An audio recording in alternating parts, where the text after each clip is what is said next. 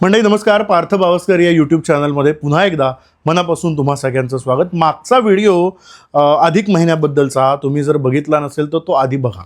का हे मी तुम्हाला सांगतो, याचं कारण असं आहे की आजचा जो व्हिडिओ आहे या व्हिडिओमध्ये त्याचे बरेचसे संदर्भ असणार आहे. आणि मी मागच्या व्हिडिओमध्ये असं म्हणालो होतो की का नेमका अधिक महिना आपल्या शास्त्रकारांना जन्माला घालावा असा वाटला.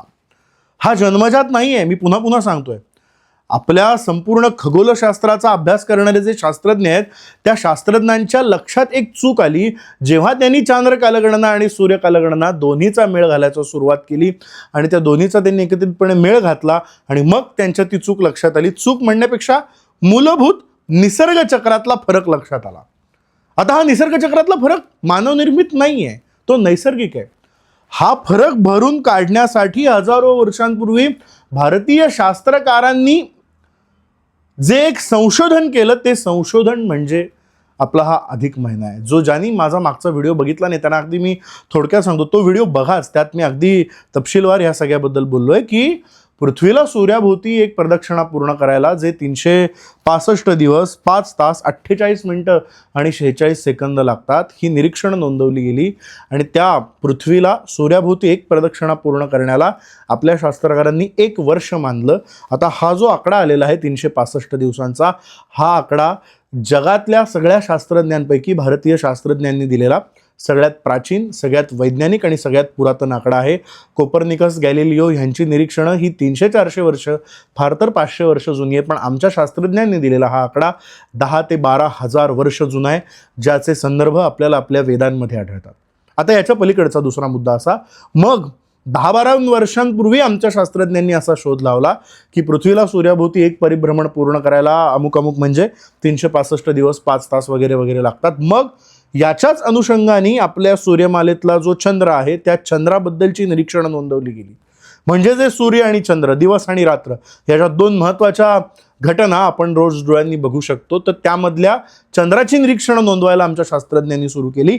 आणि चंद्राची निरीक्षणं नोंदवता आमच्या शास्त्रज्ञांच्या एक गोष्ट अशी लक्षात आली की पौर्णिमा ते पौर्णिमा किंवा अमावस्या ते अमावस्या असा जर आपण काळ धरला तर त्या चंद्राला पूर्ण रूप घेऊन पुन्हा एकदा आपला ते सगळी ती परिभ्रमण पूर्ण करण्यासाठी किती काळ लागतो, तर ती दुसरी संकल्पना विकसित झाली. आणि त्या दुसऱ्या संकल्पनेनं चंद्राच्या कलांचं निरीक्षण केलं आणि चंद्रांच्या कलाचं निरीक्षण केल्यानंतर त्यांच्या असं लक्षात आलं की हा जो चांद्रमास असतो म्हणजे पौर्णिमा ते पौर्णिमा किंवा अमावस्या ते अमावस्या, हा जो चांद्रमास आहे हा साधारणतः 29.5 दिवसांचा आहे.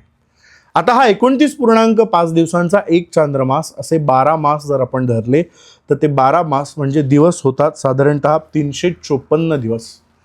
चांद्रमासाच्या अभ्यासानुरूप निरीक्षण 354 दिवसांचं आलं आणि सूर्यमासाच्या निरीक्षणानुरूप निरीक्षण जे आलं ते होतं 365 दिवसांचं. आणि या दोन्ही निरीक्षणांमध्ये साधारणपणे 11 दिवसांचा फरक होता. आता हा 11 दिवसांचा फरक भरून काढणं ही आपल्या शास्त्रकारांपुढची सगळ्यात महत्त्वाची अडचण होती. कारण जर हा 11 दिवसांचा फरक भरून काढला नसता आणि या 2 पद्धतींचा जर सुरेख मेळ आपल्याला साधता आला नसता तर आपले जे सण आहेत ते ज्या ज्या विशिष्ट महिन्यात येतात ते तिथीनुसार येतात. ती तिथी पुढे पुढे सरकत गेली असती, कारण चांद्रमासाचा आणि सूर्यमासाचा किंवा चांद्र कालगणना पद्धतीचा आणि सूर्य कालगणना पद्धतीचा मेळ राहिला नसता.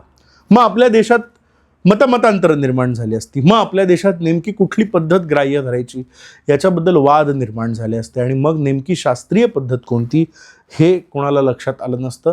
यावरती तोडगा काढायचा म्हणून आमच्या शास्त्रज्ञांनी एक प्रयत्न केला.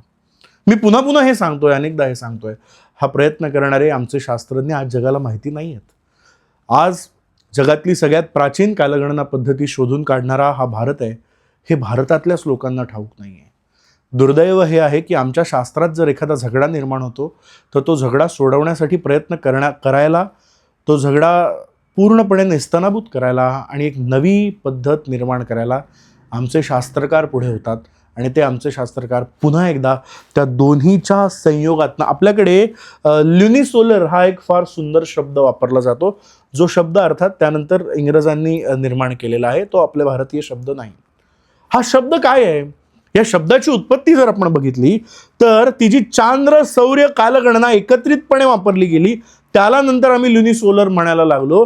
पण ह्या आपल्याला लुनिसोलर हा शब्द त्यांच्याकडून आला म्हणजे ही संकल्पनाही त्यांनीच विकसित केली असं वाटत असेल, पण तसं नाही. मग अशा पद्धतीचा 11 दिवसांचा भेद निर्माण झाल्यानंतर सूर्याचं ऋतुचक्र आणि चंद्राची कालगणना या दोन्हीचा मेळ बसायला हवा म्हणून आमच्या शास्त्रज्ञांनी एक पद्धत निर्माण केली. त्यांनी काय केलं?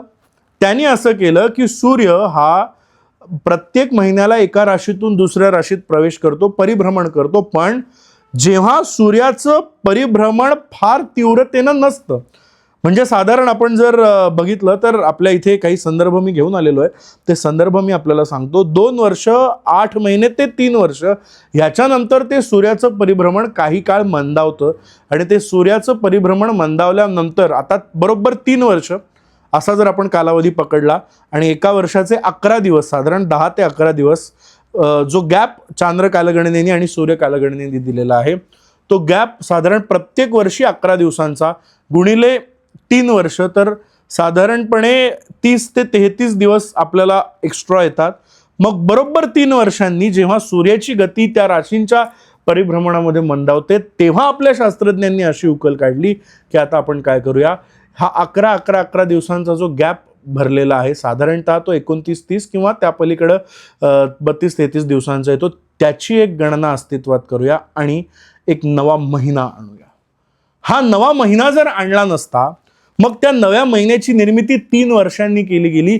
त्या 10 दिवसांचं त्या 10.5 ते 11 दिवसांचं एकत्रीकरण केलं आणि त्याच्यानंतर 2 वर्ष 8 महिने ते 3 वर्षाच्या मध्ये जेव्हा त्या सूर्याचं संक्रमण मर्यादित प्रमाणात होतं तेव्हा आपल्या ऋषींनी एका महिन्याची योजना केली. म्हणजे दर 3 वर्षांनी हे 11 दिवस सेटल करायला एक मध्ये महिना आणला.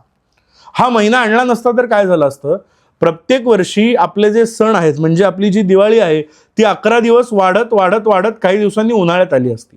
म्हणजे जी दिवाळी आता साधारण आपली बरोबर ऑक्टोबर नोव्हेंबर या महिन्यात येते ती दर 11 दिवस पुढे गेली असती, ती उन्हाळ्यात आली असती. होळी उन्हाळ्यात येते, होळी पुढे गेली असते आणि होळी ही हिवाळ्यात आली असती आणि सगळं ऋतुचक्र बदललं असतं. आपलं ऋतुचक्र हे आपल्या ग्रामसंस्कृतीवर आधारित आहे. म्हणजे गुढीपाडवा किंवा त्या सगळ्या सणांच्या दरम्यान एक नवी पालवी फुटण्याचा काळ असतो. त्याच्यानंतर आपल्याकडे हे जे गोपाळकाला वगैरे हे जे सगळे सण आहेत हे सगळे सण पावसाळ्यात होतात. दिवाळी ही अमावस्येला होते. आपले सगळे सण हे वैज्ञानिक पद्धतीनं ऋतुचक्रावर आधारित आहेत. आपली जी मुख्य सिस्टीम आहे शेती सिस्टीम, आपली जी मुख्य व्यवस्था आहे शेती व्यवस्था ही सुद्धा ऋतुचक्रावर अवलंबून आहे आणि हे ऋतुचक्र नीट राहावं, याचा बॅलन्स राहावा म्हणून आमच्या शास्त्रकारांनी ही सोय काढली आणि ही सोय फक्त आणि फक्त हिंदू धर्मात आहे.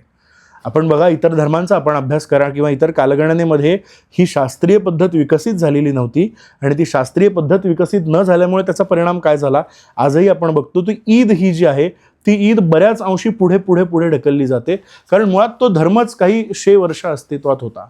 ज्या धर्माला विज्ञानाचा पायाच नाहीये, जो धर्म ज्या धर्मात कधी खगोलशास्त्रज्ञ जन्मालाच आले नाही, ज्या धर्माने कधी ह्या सगळ्या कालगणनेचा अभ्यासच केला नाही, त्यांनी ते धर्म अस्तित्वात आले, त्यांनी काही गोष्टी सांगितल्या आणि त्याच्यानंतर त्याच्यावर संशोधन झालं नाही. त्यामुळे आज आपण बघतो की ती ईद पुढे ढकलली जाते. आमच्याकडची कोजागिरी पौर्णिमा ही जरी इंग्रजी तारखेनुसार आम्ही साजरी करत असू तरी त्या कोजागिरीला आमच्याकडे पूर्णचंद्र दिसतो. ईदेचा पूर्णचंद्र कधी दिसतो याच्यावरती मतभेद होत असतील, आज साजरी करायची की उद्या साजरी करायची हे मतभेद होतात, पण आमच्याकडचा पूर्णचंद्र हा कोजागिरीच्या दिवशी दिसतो आणि संपूर्ण भारतात एकाच दिवशी कोजागिरी साजरी होते. आमच्याकडे होळी ही संपूर्ण भारतात एकाच तिथीला साजरी होते. हा तिथीचा घोटाळा आमच्या संस्कृतीत होत नाही कारण आमच्या शास्त्रकारांनी हे 11 दिवस परफेक्ट पद्धतीनं भरून काढले आणि ते भरून काढल्यानंतर आमची एक वेगळी कालगणना अस्तित्वात आली जिला तुम्ही लुनिसोलर म्हणता. या दोन्हीचा संयोग साधला गेला, चंद्र कालगणना आणि सूर्य कालगणना या दोन्हीच्या संयोगातून ही नवीन सिस्टीम डेव्हलप झाली. मला आपल्याला सांगू द्या ही सिस्टीम जगातली सगळ्यात प्राचीन, जगातली सगळ्यात ऑथेंटिक सिस्टीम आहे आणि पुन्हा एकदा या सिस्टीमचे जन्मदाते आमचे प्राचीन ऋषीमुनी आहेत. म्हणून अधिक महिना हा दर 3 वर्षांनी काय येतो, मग त्यात व्रतवैकल्य काय करायची आणि मग त्यामध्ये आपण जो सृष्टीचा करता धरता विष्णू आहे त्या विष्णूचं कसं स्तवन करायचं हे सगळं आपल्याला सांगितलं जाईल. ते सगळं सांगणं, ते सगळं ऐकणं महत्त्वाचं आहेच. त्या विष्णूची आराधना का करायची, त्या विष्णूच्या आराधनेचं महत्त्व काय हे सुद्धा मी कदाचित पुढच्या भागामध्ये तुम्हाला सांगेल की का मग ह्या सगळ्याला धार्मिकतेची जोड कशी दिली गेली. लक्षात घ्या, आमच्याकडे सगळ्यात आधी विज्ञान डेव्हलप झालं. जे विज्ञान आज इतर वेगवेगळ्या माध्यमातून जगापुढं मांडलं जातं, त्या विज्ञानाची जन्मभूमी आमचा देश आहे. आमच्याकडे अग्नी हा प्रज्वलित करण्याचं तंत्रज्ञान होतं. आमच्या वेदांची सुरुवात ही अग्निमिळे पुरोहितम यावरनं झालेली आहे. याचा अर्थ अग्नी प्रज्वलित कसा करायचा हे जाणणारी जगातली सगळ्यात पुरातन संस्कृती आहे आमच्याकडची. जे अग्नितत्व आज पृथ्वीवरती अस्तित्वात आहे, त्या अग्नितत्वाची जन्मदात्री, ते अग्नितत्व कसं जन्माला घालायचं, त्या अग्नितत्वानुसार आमचे सगळे यज्ञ याग सांगितलेले आहेत. तर ती सगळी पद्धत ज्यांनी डेव्हलप केली ते आमचे ऋषी आहेत. आणि मग त्यावर आधारित जी संस्कृती विकसित झाली, त्या संस्कृतीला अध्यात्माची जोड द्यायची. म्हणून या अधिक महिन्यात काय करायचं, विज्ञानाधिष्ठित, खगोलशास्त्राधिष्ठित आणि त्या सगळ्याला अत्यंत तर्कशुद्ध अशा मांडणीचं कोंदण असलेली आमच्या संस्कृतीने मग या विज्ञानाला अध्यात्माची जोड दिली. आणि मग अधिक महिन्याच्या निमित्तानं अनेक आध्यात्मिक आख्यायिका रचल्या गेल्या. अधिक महिन्याचं महात्म्य रचलं गेलं. मग त्या महिन्यात तुम्ही विष्णूची आराधना कशी करायची, ते इथपासून ते आत्तापर्यंत जावई आणि लेकीला धोंडे द्यायचे, पुरणाचे धोंडे द्यायचे, इथपर्यंत आमची संस्कृती विकसित झाली. ह्या संस्कृतीच्या विकसनाचे टप्पे आम्ही समजून घेतले पाहिजेत. कितीतरी हजार वर्षांपूर्वी कुठल्या तरी जंगलात बसलेल्या शास्त्रज्ञांना असं वाटेल, ह्याची कोणी कल्पना तरी केली होती का की चंद्राची निरीक्षणं आणि सूर्याची निरीक्षणं वेगळी येत आहेत, आपण त्याची सांगड घातली पाहिजे. मुळात आधी तरी ही निरीक्षणं वेगळी येत आहेत त्याचं भान असणं आणि ते भान येऊन त्याची सांगड घालणारी नवी सिस्टीम डेव्हलप करणं, याबद्दल मी आपल्याला सांगतो. आमच्या शास्त्रकारांना, आमच्या ऋषींना, आमच्या प्राचीन वैज्ञानिकांना आणि प्राचीन खगोलशास्त्रज्ञांना हजारो वेळा दंडवत घातलं पाहिजे, हजारो वेळा प्रणाम केला पाहिजे. आणि ह्या शोधभूमीचा, ह्या जन्मभूमीचा उद्गाता हा भारत देश आहे, याच्याबद्दल आपण कृतज्ञ राहिलं पाहिजे. म्हणून पहिला भाग ज्यांनी मिस केला असेल त्यांना मी त्या सूर्याच्या कालगणना पद्धतीबद्दल बोललो होतो आणि आता चंद्राच्या कालगणना पद्धतीबद्दल या दुसऱ्या भागात पहिला व्हिडिओ माझ्या यूट्यूब चॅनलवर उपलब्ध आहे, तो बघा. हा दुसरा व्हिडिओसुद्धा पूर्ण बघा आणि जास्तीत जास्त तरुणांना, जास्तीत जास्त घरातल्या कुटुंबियांना हे समजावून सांगण्याचा प्रयत्न करा की ह्या आधुनिक, ह्या अत्यंत उत्तम आणि अत्यंत तर्कशुद्ध आणि अत्यंत परफेक्ट अशा पद्धतींची जन्मभूमी आमचा देश आहे. आमच्या देशात हे घडलेलं आहे, हे अभिमानानं सांगा. आणि पुढचा भाग पुढच्या आठवड्यामध्ये, पुढच्या शनिवारी अपलोड होईल. आणि त्या भागामध्ये आता ही जी धार्मिक गोष्टी सगळ्या आपण करतो त्याचं महत्त्व काय आहे, का विष्णूचं वंदन केलं पाहिजे, का आपण ह्या सगळ्या अधिक महिन्याला एक धार्मिक अधिष्ठान दिलं, त्याबद्दल मी आपल्याशी बोलीन. तो भागसुद्धा सगळ्यांनी नक्की बघा आणि हे 2 भाग जास्तीत जास्त लोकांपर्यंत शेअर करा. मी अर्थात नेहमी सांगतो, फेसबुक, इंस्टाग्रामवरती मी तुमच्याशी बोलत असतो. फेसबुक, इंस्टाग्रामवरती आपण भेटत राहूया. तुम्हाला काही शंका असतील या व्हिडिओच्या माध्यमातून किंवा तुम्हाला असे काही विषय ज्याच्याबद्दल प्रश्न पडत असतील, ह्याची जन्मदात्री काय आहे किंवा हे कसं घडलं, तर कमेंट बॉक्समध्ये मला कळवा. त्या विषयांवरती तुमच्या पुढे येण्याचा नक्की प्रयत्न करीत. व्हिडिओ जास्तीत जास्त शेअर करा. पुढच्या व्हिडिओसाठी चॅनल सबस्क्राईब करा आणि बेल आयकॉन दाबून ठेवा. भेटूया पुढच्या भागात. तोपर्यंत नमस्कार.